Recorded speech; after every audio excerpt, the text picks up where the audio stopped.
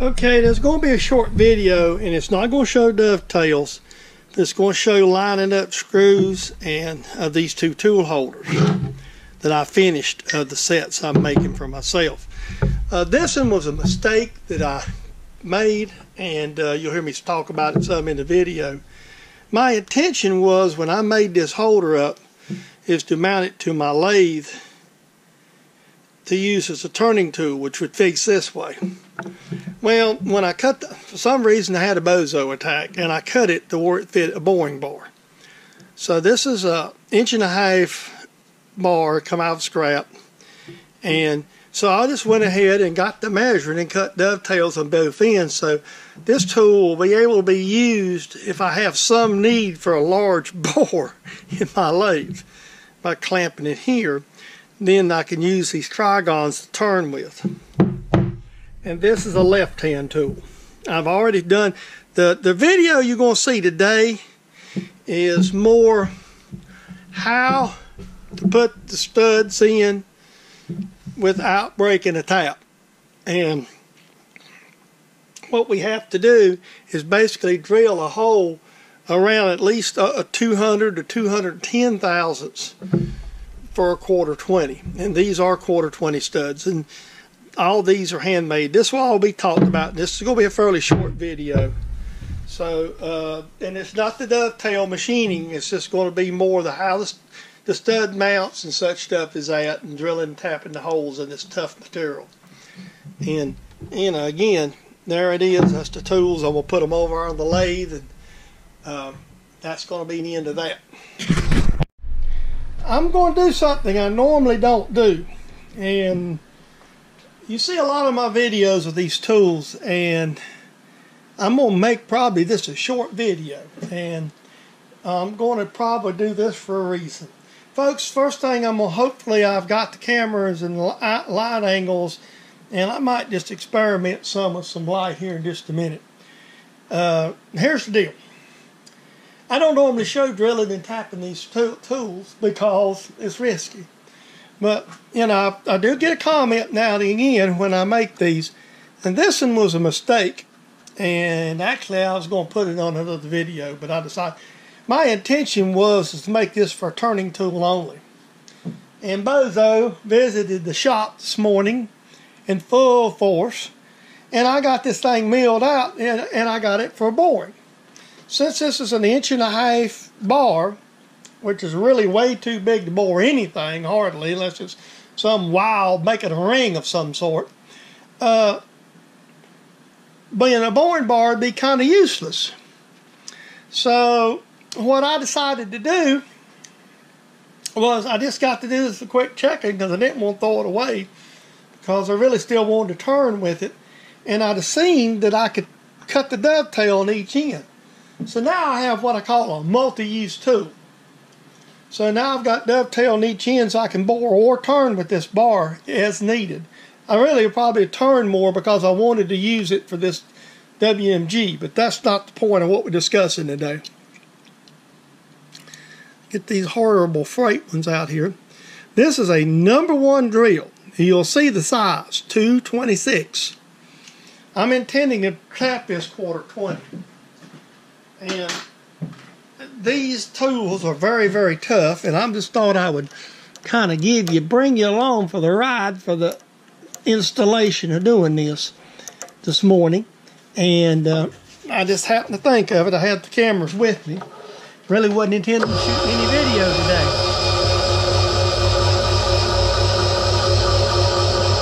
I don't know if I've ever mentioned my chuck or my mill is not an import knockoff. That's a Rome instead of an Albright. How did that move? That's moved some. Or either that or that drill's not in that center of that chuck. One of the problems sometimes with these chucks, if you cannot center them. And it's easy to do when you're trying to load them off to the side or something. So let's just recheck it. There we go. It wasn't in the center. Alright. Now, I've always told people this, so I figured it'd be a perfect time. I measured this out and checked it out, measured it, and I got everything centered up. I done all that off camera. Basically, I just used a 1/4-inch rod here, and I want to get a pretty deep drill because I'm going to try to screw that. Actually, I'll show you my tapping process. But this one being 1.5 inches, I'm not going to drill it all the way through. I'd prefer to, just because of chips and whatever. And you see, the other thing is I've cut so much away from this tool. See, I've only got about a 1/2 inch away up here. So I'm trying to get a good, nice, deep place. I don't need that much for the stud, because it will be Loctited, but I want to get it. One thing I don't like about this mill is the handle comes in and out, and it's got about 6 different positions. When you're doing this work, I figure that's going to be enough. So I'll bring you right back when I get ready to tap here in a second. Normally I prefer a welding style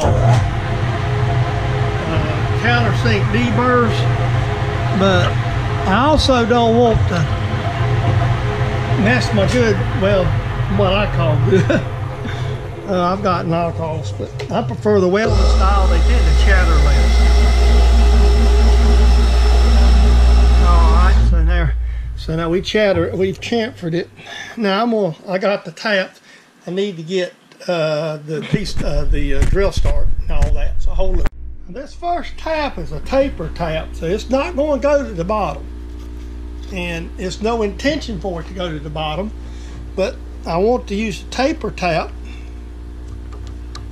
so that that I've got an advantage to basically, you know, start the threads. And this is a cheap taper tap, nothing fancy. But again, I use it a lot for this reason. And if you'll notice, it's going pretty darn good. So see, now it's like I say, it's not cutting that much, but we've got, this material is so tough, it's the only way to go. And it'll just run right on down in there, and you just, and you know, you really want control when you're doing this too, because, and it would probably be enough threads. See how easy that's going? How easy that tap's working for me? And that's because I'm not really cutting a lot of thread. But this is such tough material, you can break a tap so easily. And like I say, when I make the stud up, I'm gonna cut a stud, and I've got some threaded rod over here, and that's what I use. And I'll just cut a piece of threaded rod, and I Loctite it to it. So once I do that, I'm not done yet. This is just the first tap. I always tap it twice. Okay, so that right there is a taper tap. All right, this is a cobalt tap, and and these are good taps. I bought them, but it doesn't have the little threaded bungs in them. And the reason why I'm not using the lime, I've already started it with the taper. All I'm doing now is take this here cobalt and go down to the bottom with my old Sears Craftsman tap wrench, and again, just being careful. And this is why now when I break a tap, when I don't follow this. The other day, and I think I shared it in the video where I actually made the other tools and had to weld one to it. What happens when you break it? I was using a spiral flute 1/4-20 tap, and I was only drilling it. I was drilling for a lot more thread contact. All right, I'm at the bottom now. I've cut the thread tap, cut it back out. So there I have my tapped hole in my tool holder, and that's how I do it. And that's the way it works for me. And what I'll do here is I'll take this out, blow it out here a minute, and and bring you back. Okay, now I went over to the lathe and I measured up the stud to get an approximation. So now there's that 1/4 rod, threaded rod, and this is just standard 1/4 rod. I've got a piece right here that comes from any hardware store that I use. And this actually is all thread. This is Hillman. This comes from an Ace Hardware locally. Actually, it's not in Dallas. It's actually over in Cherryville. And I go to Shelby a lot, so what I'll tend to do is swing by there because it's on the way home. A lot of times for stuff like this, I just grab it over there. Okay, now let me wipe this up and we'll center it up. Now, what I've done is I've got this little aluminum bar in my lathe. And hopefully it's loose enough that it'll pull up. Hold it, I gotta do something. I apologize for the peculiar camera angle I'm using here, but that's about the only way I can get to this to show you what I'm doing. I mean, basically what we're doing here is just using that center mark to line everything up by, and I'll just crank this out to the center. And that's the center mark right there. It's quick and easy. I'm doing a good bit of tools. I don't know if you can really see that. Let me see. I'll take you off the mount and try to bring you around. Maybe you can see how I've got it set to the center. Okay, hold on a minute. Now I'm bringing you back, and now I'm locking the carriage. Now now by the way, these I made in a different video a while back. And I always allow a little extra studding. I can always go back and cut it if I want to. I don't like being short on my studs. Now, I'm going to turn you off because I'm going to walk over here and get a lock washer and a 1/4 nut. Okay, now what I've done is basically everything's locked up. This is pretty straightforward. Okay, everything's set on center. Let me move something over here and grab a wrench. It's handy. That's a 7/16 wrench. And tighten the nut up.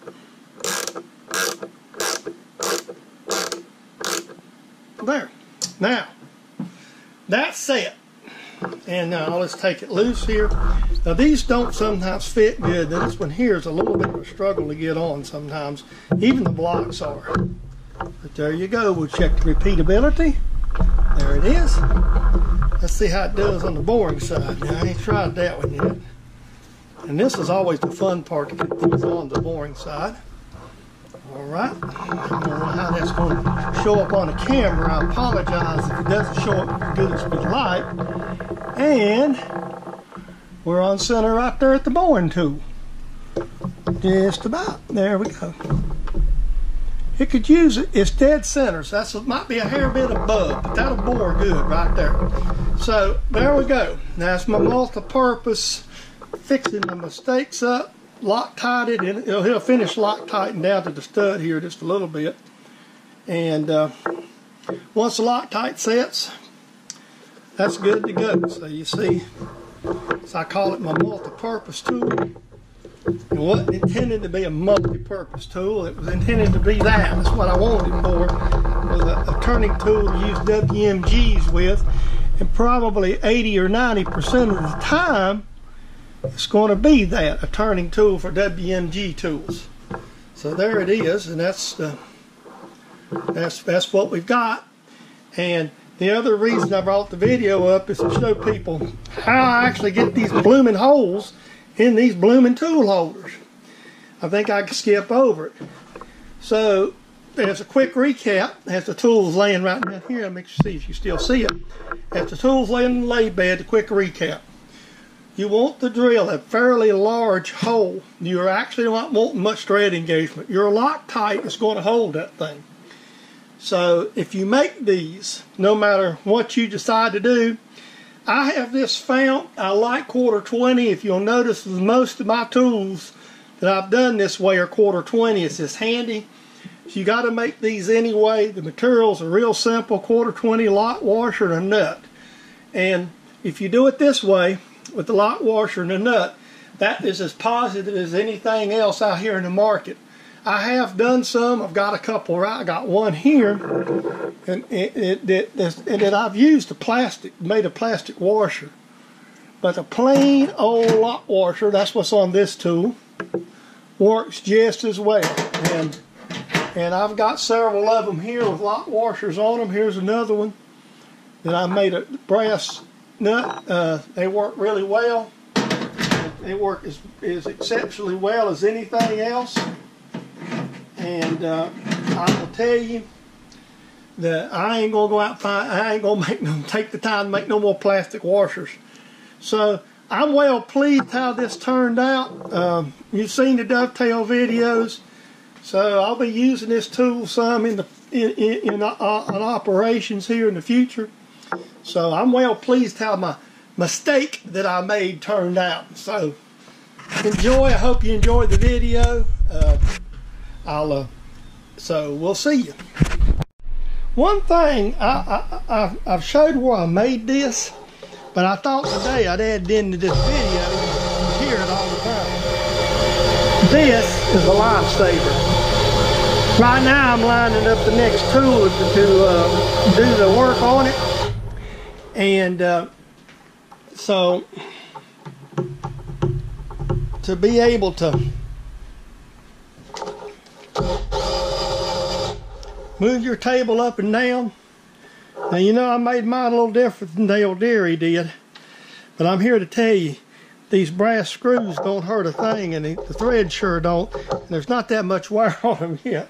And you see how well they fit in my thing, and that has worked out exceptionally well. I'm exceptionally happy with it.